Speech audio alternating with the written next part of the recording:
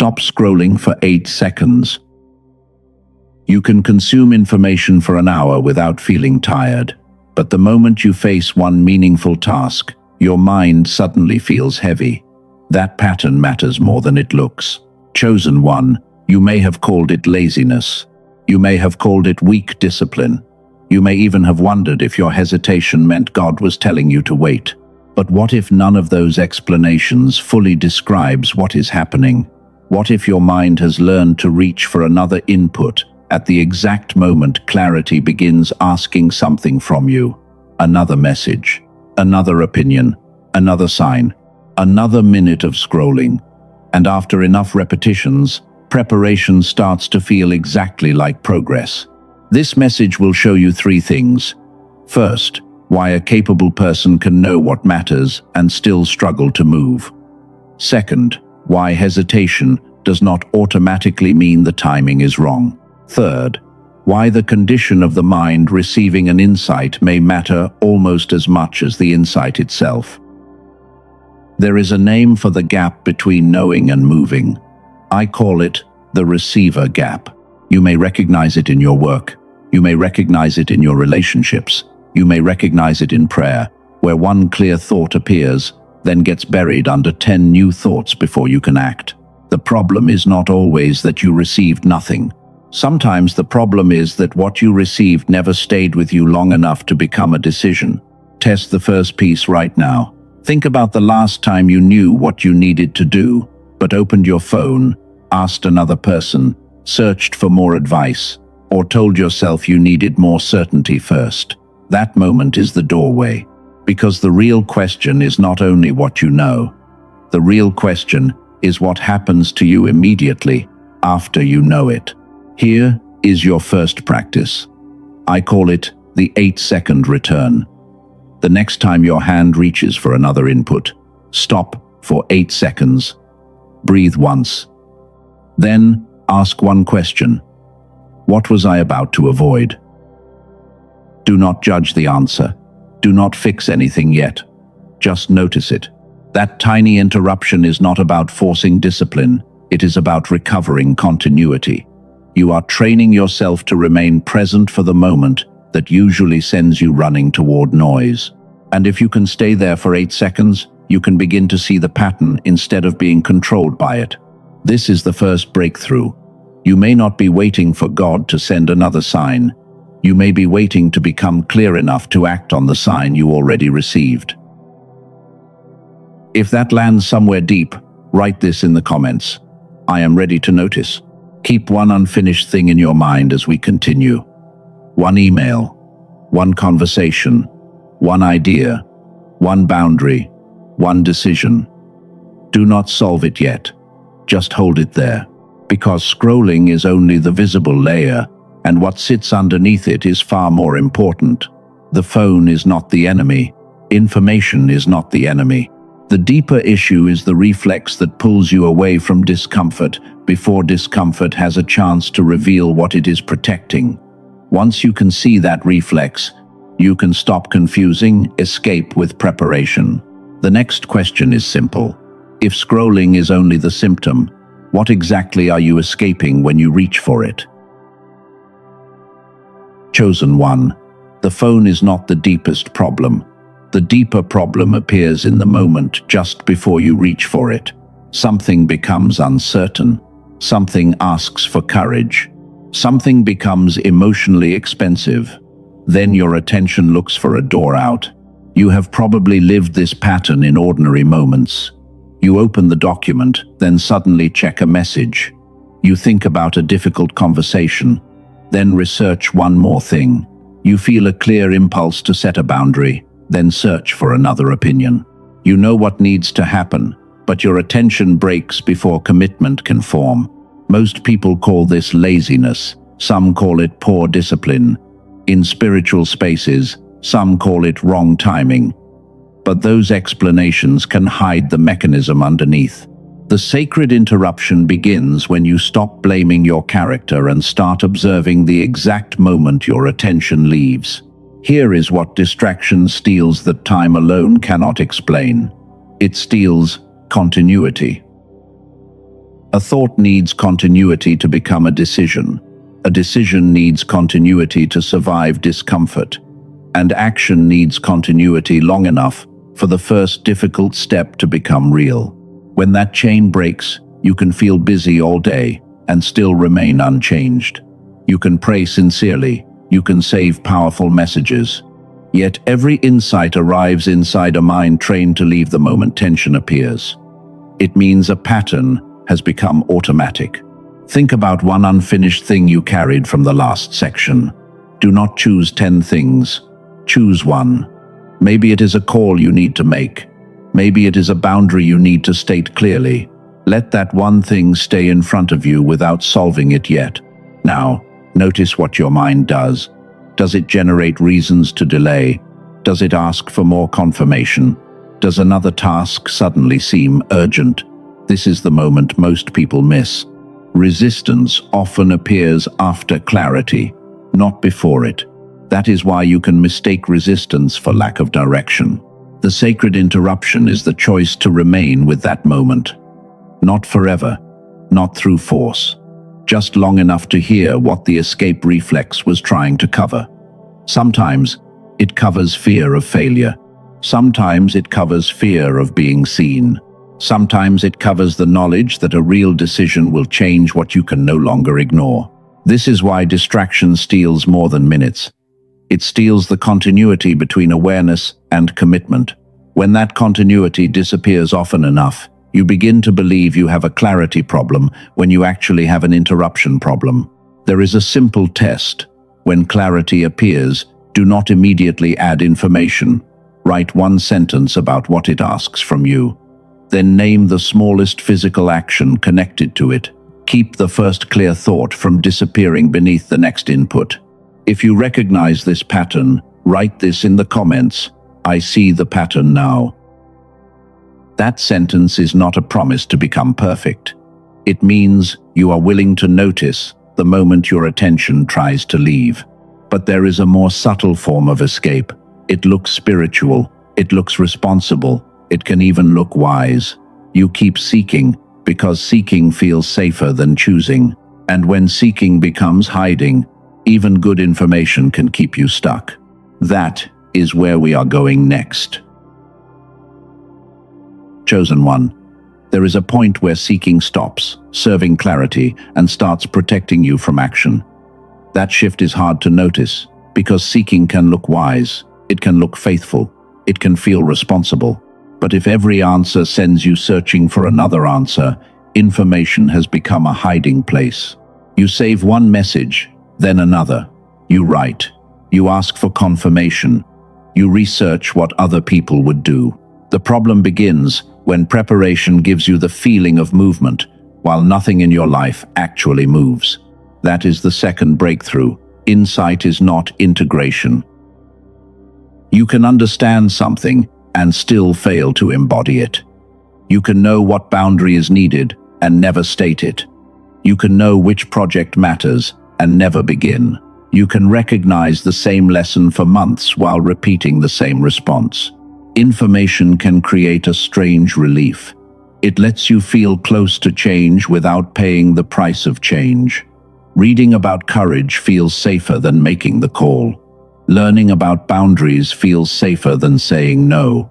Learning is not useless. It simply needs an exit.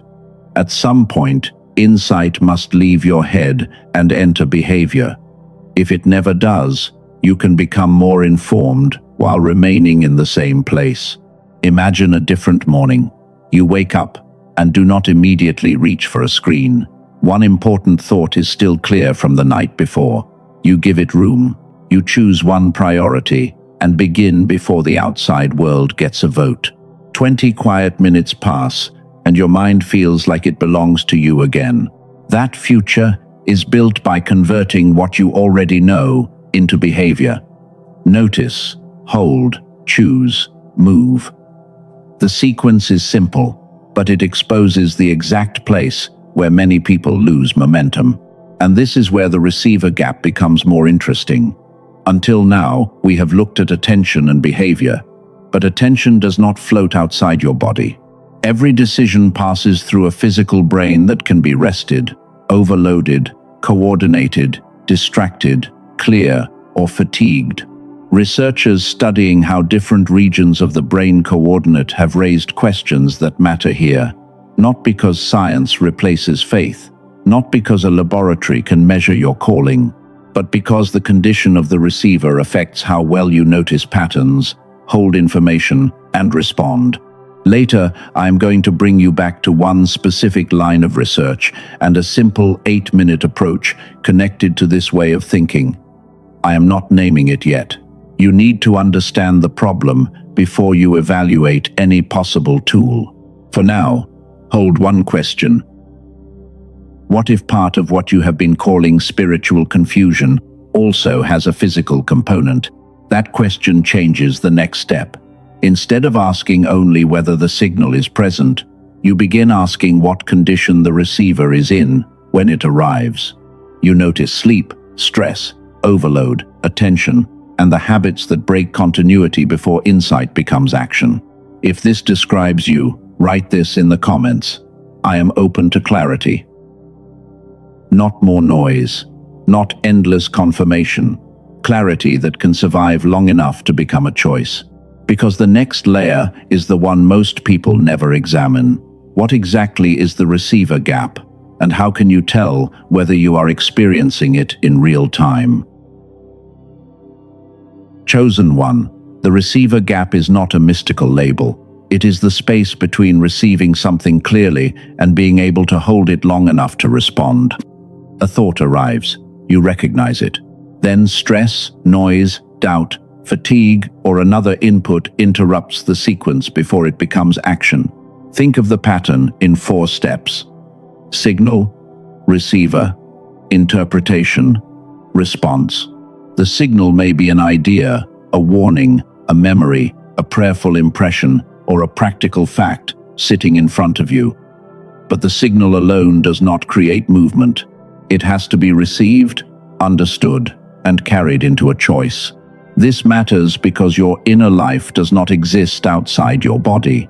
Sleep affects attention, stress affects memory, cognitive overload affects decision-making, habits affect what you notice. None of that makes faith smaller.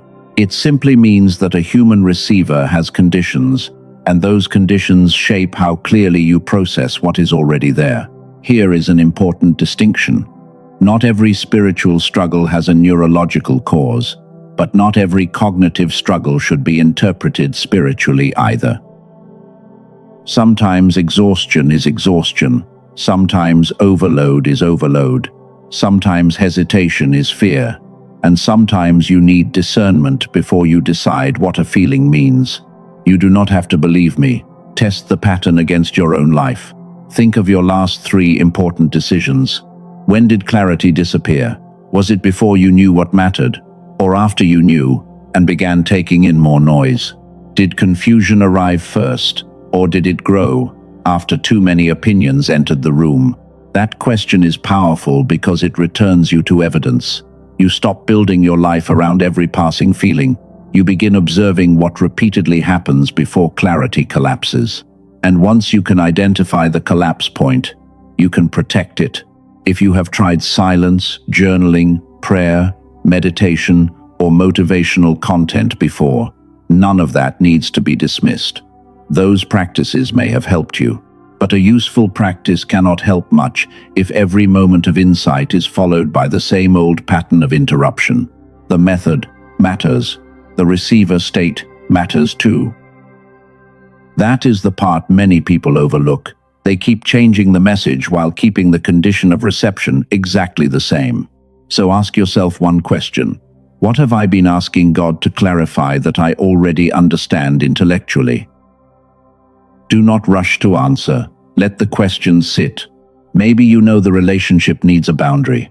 Maybe you know the project needs a first draft. Maybe you know your body needs rest. Maybe you know one commitment no longer belongs in your life. The uncertainty may not be about the what. It may be about whether you are willing to live with what the answer requires. And that brings us to the next layer. How does the receiver become fragmented in the first place? Why can a mind that once felt curious, quick, and creative begin to feel scattered, foggy, and hesitant? The answer is not one simple cause, but there is a pattern worth seeing. Chosen one. Fragmentation rarely announces itself. It grows through ordinary days. You reread the same paragraph. You walk into a room and forget why. A familiar word disappears in the middle of a sentence. You have an idea, reach for something else, and lose the thread before you can write it down. It is easy to turn those moments into a verdict about yourself. Maybe I am getting old. Maybe I am not sharp anymore. Maybe I have lost my gift. But those conclusions are often too large for the evidence. Attention, stress, sleep, repetition, and mental overload can all affect how clear and coordinated your thinking feels. This is why the receiver gap should not become another label you use against yourself. It is a diagnostic question. What condition are you asking your mind to work inside? Are you giving one thought enough time to develop, or forcing it to compete with a constant stream of unfinished inputs? Your brain is not one tiny switch doing one job. It is a network of systems that have to communicate and coordinate. Different processes contribute to memory, attention, emotion, planning, and creativity. Clear action depends on coordination, not on collecting endless information. Think back to childhood for a moment. You may remember creating without asking whether the idea was impressive. You imagined, you experimented, you followed curiosity without needing 10 opinions first. That does not mean childhood was perfect. It means many adults lose habits of curiosity and sustained play as life becomes crowded. So the goal is not to become somebody else. It may be to restore capacities you stopped protecting. Curiosity, attention, creative persistence. The ability to stay with one question before another one replaces it. And now we reach the missing piece. Why does understanding all of this still fail to create movement? Why can you recognize the pattern and still return to the same fog tomorrow morning? Because insight can describe a state without changing the state. Knowing that you are overloaded does not automatically make you less overloaded. Knowing that attention is fragmented does not instantly restore attention. A map can show you where the door is, but you still need a way to walk toward it. Earlier, I asked you to hold a question about the physical side of the receiver. I told you there was a line of brain research that changed how I think about coordination and mental integration. We are close to that answer now. I waited because a solution means little before you understand the problem it is supposed to address. You now know the shape. The signal can be clear while the receiver is tired, overloaded, distracted, or poorly prepared to hold it. Before we look at any tool, keep one safeguard in mind. No audio, practice, or method gets to become a substitute for judgment. A tool can support a condition. It cannot decide what is true for you. It cannot replace faith, responsibility, sleep, medical care, or common sense. That is the line we will keep as we enter the science of the receiver. The question is, what helps a human mind become more able to notice, integrate, and act on what matters? Chosen one, you now understand the why. The problem is not simply that you lack information. Information can arrive inside a mind that is tired, fragmented, overloaded, or conditioned to escape discomfort. That is why clarity can feel real one moment and disappear before it becomes movement. You also understand the what. Protect attention, reduce needless input, notice the condition of the receiver, then give one clear thought enough time to become a decision. You are not becoming someone who waits forever for another sign. You are becoming someone who can respond responsibly to clarity. The clarity is real, but clarity alone is not movement. Earlier, I told you I would return to a line of brain research. Dr. Roger Sperry received the Nobel Prize in Physiology or Medicine in 1981 for work that deepened understanding of how the two cerebral hemispheres can specialize and communicate. That research does not prove any commercial product works, but it helped shape a broader conversation about integration inside the brain. Healthy cognition depends on many systems communicating across complex networks. When people feel foggy or scattered, there can be many possible causes, so no single tool should be treated as a diagnosis or cure. This is where the resource I mentioned earlier enters the conversation. Before I name it, consider two user reports connected to it. Individual experiences do not guarantee the same result for everyone. A woman from California described feeling mentally foggy and emotionally disconnected before trying it. She had already experimented with self-help practices, but still felt like life was happening around her. After using the resource consistently, she reported feeling clearer and more present. A man from Texas described carrying work and family responsibilities while feeling mentally dull and indecisive. After using the same resource for a period of time, he reported feeling more focused and able to make decisions with less fog. These are personal reports, not guaranteed results. The resource is called the Genius Switch. According to its product page, it is an 8-minute targeted auditory sequence designed to support what the creators describe as neural synchronization and whole brain activation. You use headphones, close your eyes if it is safe, and listen for 8 minutes a day. The product page presents it as different from ordinary relaxation, audio, or meditation tracks. It describes the method as neural sync technology and says the goal is to support coordination across the brain. Those are the creators' claims, and they should be evaluated as claims rather than treated as established medical conclusions. If you have tried audio tools before, this distinction matters. The product is positioned around a specific mechanism and a short daily protocol. You can read the full explanation before deciding whether it belongs in your routine. The Genius Switch is not for everyone. It makes the most sense for the chosen one who recognizes the receiver gap and wants a simple way to experiment with supporting a clearer mental state. Buying it does not make you more chosen. Declining it does not mean you missed a divine instruction. According to the offer information provided for this script, the current price is $39. The page also lists 4 bonuses: a guided visualization, a grocery shopping guide, a classic manifestation book, and a 5 habits infographic. It also states that access is lifetime and that the purchase is covered by a money-back guarantee. The offer page says the current price may change. Treat that as seller information, not a reason to panic. If the resource interests you, read the details, check the guarantee terms, and decide whether the cost makes sense for you.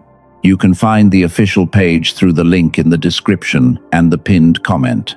Review the full offer before deciding. Keep this boundary clear. A tool can support the receiver. It cannot replace God. It cannot replace obedience. It cannot replace sleep, medical care, judgment, or the difficult conversation you already know you need to have. The deeper current continues here. Once you have a clearer receiver, one question remains. What will you actually do with the clarity you receive? Chosen one. A tool can support clarity. It cannot become the calling. It cannot make the decision for you. It cannot take responsibility for what you already know. The deeper work begins when clarity stops being something you admire and becomes something you use. This is where the clarity to action bridge matters. It has 4 movements: notice, stabilize, decide, act. The sequence is simple, but simple does not mean easy. Each step protects you from the exact pattern that kept turning insight into another unfinished thought. First, notice. Choose one thing that is actually asking for your attention, not 10 things. 1. Name it, in plain language. The email, the boundary, the application, the apology, the first page. Clarity becomes stronger when it has a specific object. Second, stabilize. Do not immediately search for more input. Give the thought a little room. Breathe. Put the phone down. Sit with the discomfort that normally sends you toward another opinion. You are not trying to feel perfect. You are creating enough space to hear your own decision process. Third, decide. Write the next physical action. Not the whole future, not the 5-year plan. One action. Open the document. Send the message. Schedule the appointment. Say no. Ask the question. A clear action turns a vague intention into something your body can actually begin. Fourth, act. Do it before you collect another round of confirmation. This is where the old pattern loses power. You are teaching yourself that clarity can survive uncertainty and still become movement. If you genuinely do not know what to do, action can still be wise and small. Ask one qualified person, gather one missing fact, sleep before deciding, pray, pause a commitment. Responsible action is not reckless action. The point is to stop using endless seeking as protection from every decision. Choose one next action you can begin within the next day. Do not promise yourself a miracle by tomorrow. Promise yourself only that the next responsible step will no longer be buried under noise. Then make the action visible. Put it on paper, place it on your calendar, prepare the document, the number, or the question you need. Clarity becomes easier to protect when the next step has a physical place in your day instead of living only inside your head. And for the chosen one who felt something stir when the mind and receiver were discussed earlier, the resource is still available through the description and pinned comment. Read the details if you want to evaluate it. Then return to the deeper question, because the most important tool in this message is not an audio. It is the moment you stop abandoning your own clarity. A tool may support the receiver, but the decision still belongs to you. And that prepares us for the hardest truth in this entire message. You may not be waiting for another sign at all. You may be waiting for certainty to remove the risk of choosing. Chosen one, there is a reason people keep asking for confirmation even after the answer feels clear. Certainty feels safer than responsibility. If you never decide, you never have to discover whether you were wrong. If you keep waiting, you can tell yourself the door simply has not opened yet. That does not make you weak. It makes you human. But a human pattern can still cost you years when it goes unnamed. You can ask for one more sign, then one more, because every new sign delays the moment when you must finally choose. Look at the unfinished thing you have carried through this message. What are you actually waiting for? More information, permission, a guarantee, someone to promise there will be no discomfort after you move. Here is the hidden mechanism. Certainty seeking can protect your identity from risk. If you do not begin, the dream cannot fail. If you never set the boundary, nobody can reject the new version of you. If you never speak clearly, you never have to hear an answer you do not control. But protection has a price. The same strategy that protects you from disappointment also protects you from progress. You remain safe from one kind of pain while slowly accepting another, the pain of watching your own life stay unfinished. This is the biggest reframe in the message. The next sign may not be new information. It may be your willingness to act responsibly on clarity already present. Not recklessly, not because every impulse is divine, but because tested clarity eventually has to become behavior. Imagine yourself some months from now. You still have uncertainty, but it no longer owns the room. You do not open 15 tabs for every decision. You do not ask 8 people to tell you who to be. You pause, gather what matters, decide, and move. Your attention feels calmer. Your boundaries become cleaner. Your creative work appears more often because ideas are not constantly interrupted. You trust yourself more, not because you believe every thought, but because you have learned how to test a thought and then respond. Now, if it is safe, close your eyes for a moment. Picture one door in front of you. There is nothing magical behind it. Behind that door is the unfinished action you named earlier. See your hand near the door.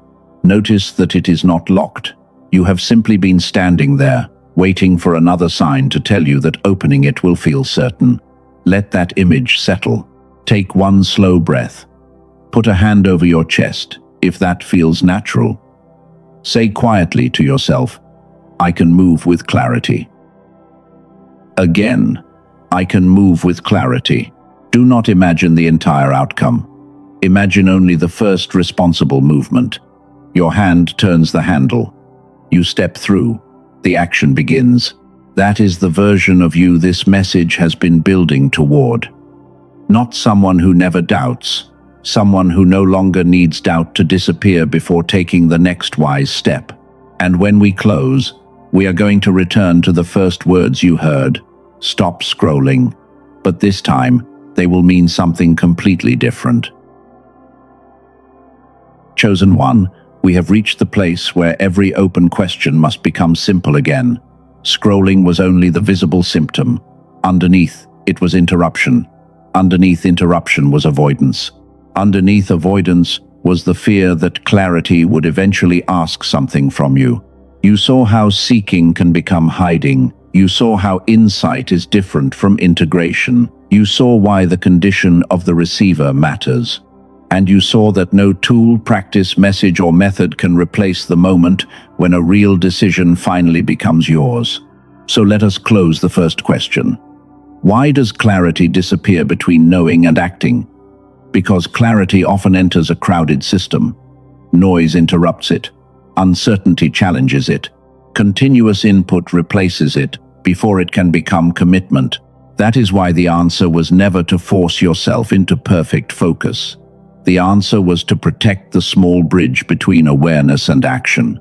Notice, stabilize, decide, act. 4 movements, 1 responsibility. And now the title means something different. Stop scrolling does not mean stay here because you are afraid to miss a secret. It means stop escaping the moment in which you already know enough to take the next responsible step. Maybe that step is small. Send 1 email, write 1 page, make 1 call, rest before you answer, set 1 boundary, ask 1 honest question. You do not need to know where the entire road ends before you place 1 foot on it. Take a moment and recognize what has changed. At the beginning, you may have thought the problem was a lack of signs. Now you can see another possibility. The problem may have been the space between a sign, your attention, and your response. Release the need for endless confirmation. Release the label that says you are lazy. Release the belief that uncertainty means you must remain frozen. Release the demand for perfect certainty before responsible action. You are allowed to move carefully. You are allowed to move slowly. You are allowed to ask for help. But you are no longer required to turn every decision into another season of waiting. Now take 1 breath and bring that unfinished thing back to mind. See it clearly. Do not make it larger than it is. Let it become 1 next action. Say this quietly if it belongs to you. I am not waiting for another life. I am not required to know everything. I can recognize what is mine to do. I can protect my attention. I can move with clarity. I can begin. That is the declaration. Not that everything will be easy. Not that every choice will work exactly as you hope. The declaration is that you will stop surrendering your life to endless hesitation. If this is the commitment you are making, write this in the comments. I choose clarity and action.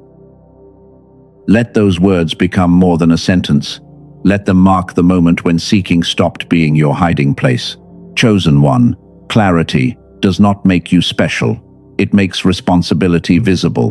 What you do with that responsibility shapes your character. So when this message ends, do not immediately search for another one. Give yourself a few quiet minutes. Return to the action you named. Begin before the noise returns. May God give you wisdom where wisdom is needed. courage, where courage is required, patience, where waiting is truly wise, and clarity, to recognize the difference. May your mind become quieter without becoming passive.